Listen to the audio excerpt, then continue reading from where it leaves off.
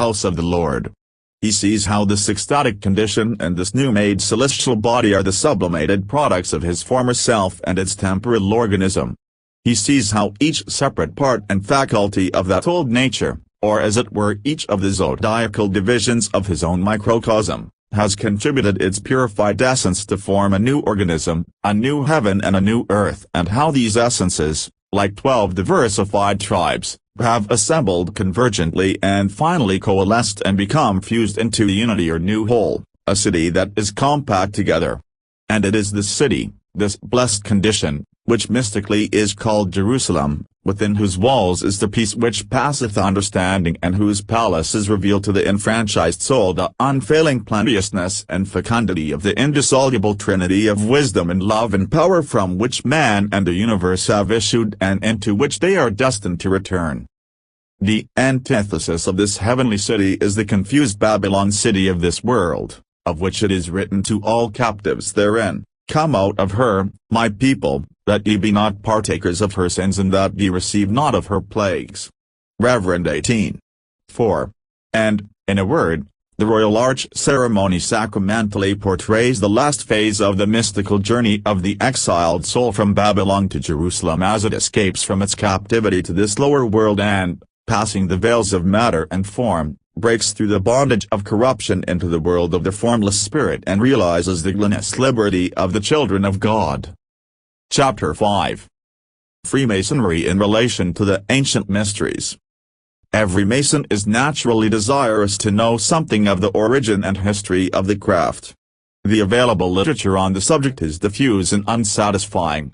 It offers a massive disconnected details of archaeology and comparative religion without unifying them into any helpful light and deals rather with matters of minor and temporal history than with what alone is of real moment, the spiritual lineage of the craft. In this paper, therefore, it is proposed to trace a rough outline and, in the space available, only a very rough one is possible of a movement which is as old as humanity itself and the purpose and doctrine of which are still faithfully, if very rudimentarily, preserved in the Masonic system. But such a sketch, by providing a general outline for the inquirer to contemplate and the details of which he may fill in for himself by subsequent study of his own, may perhaps prove more serviceable than a massive fragmentary facts over which one may pore indefinitely and with much interstate, yet without perceiving their interrelation or coordinating them into one comprehensive impressive scheme.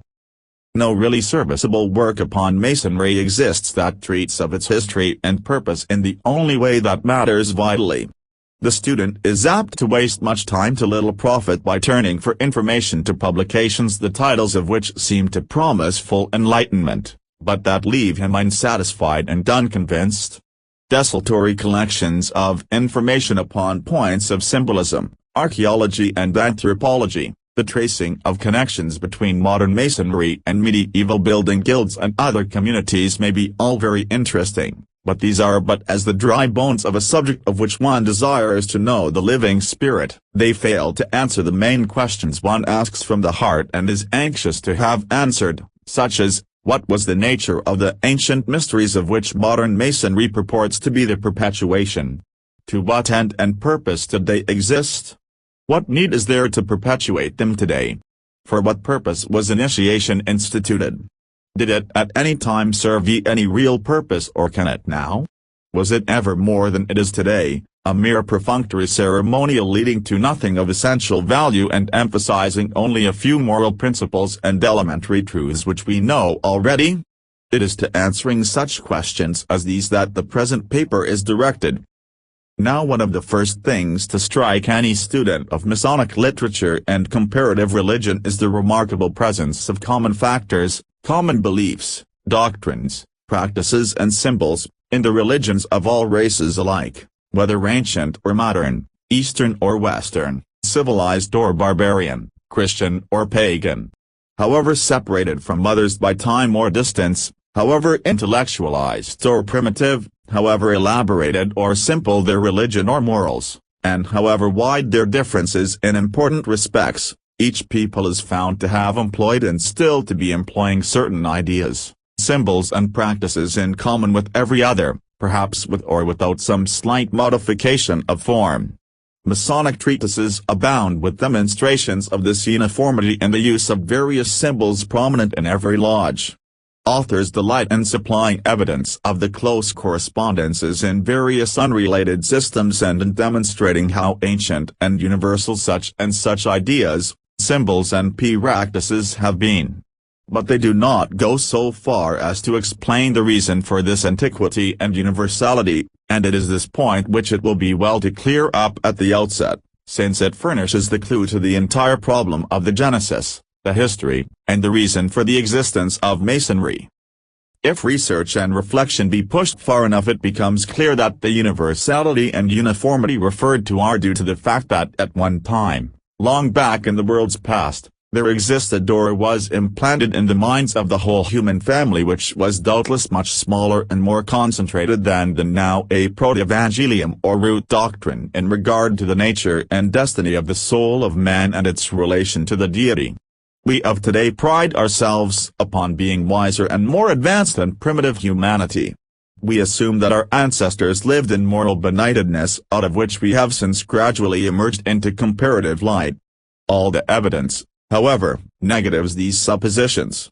It indicates that primitive man, however childish and intellectually undeveloped according to modern standards, was spiritually conscious and psychically perceptive to a degree undreamed of by the modern mind, and that it is ourselves who, for all our cleverness and intellectual development in temporal matters, are nevertheless plunged in darkness and ignorance about our own nature, the invisible world around us, and the eternal spiritual verities. In all scriptures and cosmologies, the tradition is universal of a golden age, an age of comparative innocence, wisdom and spirituality, in which racial unity and individual happiness and enlightenment prevailed, in which there was that open vision for want of which a people perisheth, but in virtue of which men were once in conscious conversation with the unseen world and were shepherded, taught and guided by the gods or discarnate superintendents of the infant race, who imparted to them the sure and indefeasible principles upon which their spiritual welfare and evolution depended.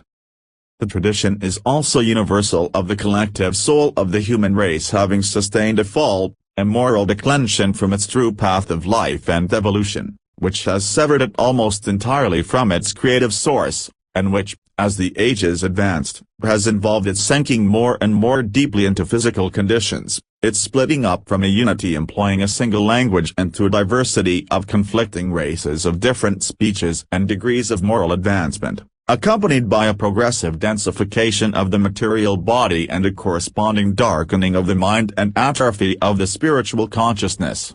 To some who read this, the statement will probably be rejected as fabulous and incredible.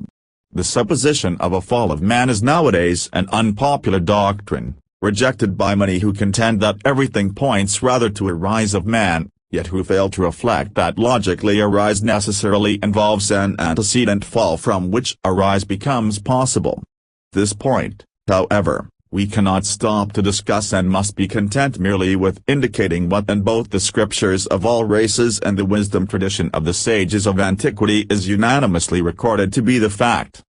From that fall, which was not due to the transgression of an individual, but to some weakness or defect in the collective or group soul of the Adamic race, and which was not the matter of a moment but a process covering vast time cycles, it was necessary and within the divine counsels and providence that humanity should be redeemed and restored to its pristine state, that it should be brought back once more into vital association with the divine principle from which by its secession it became increasingly detached, as its materialistic tendencies overpowered and quenched its native spirituality. This restoration in turn required vast time cycles for its achievement. And it required something further. It required the application of an orderly and scientific method to effect the restoration of each fallen soul fragment and bring it back to its primitive pure and perfect condition. I emphasize that the method was necessarily to be not a haphazard, but a scientific one. Anyone may fall from a shall's top and break his bones. Skilled surgery and intelligent effort by some friendly hand are required to heal the patient and get him back to the place he fell from. So with humanity. It fell out of Eden, as our scriptures describe the lapse from superphysical to physical conditions why and how, Again we must not stay to inquire. It fell, through inherent weakness and lack of wisdom. Unable to effect its own recovery, it required skilled scientific assistance from other sources to bring about its restoration. Whence could come that skill and scientific knowledge if not from the divine and now invisible world, from those gods and angelic guardians of the erring race of whom all the ancient traditions and sacred writings tell? Would not that regenerative method be properly described if it were called, as in Masonry it is called, a heavenly science, and welcomed in the words that Masons in fact use, hail, royal art? Thus, then, was the origin and birth of religion. And religion is a word implying a binding back, religare. As with the setting and bandaging a broken limb, so the collective soul of humanity, fractured and comminuted by its fall into countless individuations and their subsequent respective progenies, each separately damaged and imperfect, needed to be restored to the condition from which it had become dislocated and once more built up into a perfect harmonious whole. To the spiritual guardians of primitive man, then, one must attribute the communication of that universal science of rebuilding the fallen temple of humanity, of which science we now surprisingly find traces in every race and religion of the world. To this source we must credit the distribution, in every land and among every people, of the same or equivalent symbols, practices and doctrines, modified only locally and in accordance with the intelligence of particular peoples, yet all manifesting a common root and purpose.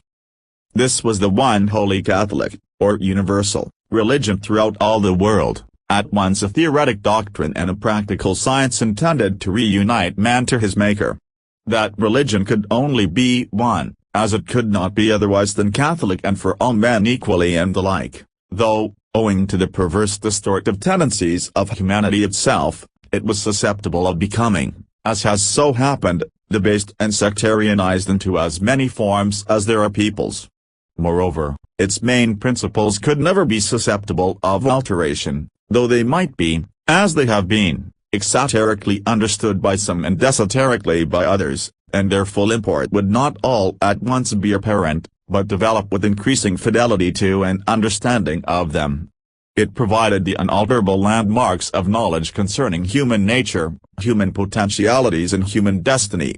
It laid down the ancient and established usages and customs to be followed at all times by everyone content to accept its discipline and which none might deviate from or add innovations to, save at his own peril. It was the sacred law for the guidance of the fallen soul, a law valid from the dawn of time till its sunset, and of which it is written as it was in the beginning, is now and ever shall be, world without end. It was the science of life, of temporal limited life lived with the intention of its conversion and sublimation into eternal universal life, and, therefore, it called for a scientific or philosophic method of living, every moment and action of which should be directed to that great goal. A method very different from the modern method, which is entirely utilitarian in its outlook and totally unscientific in its conduct.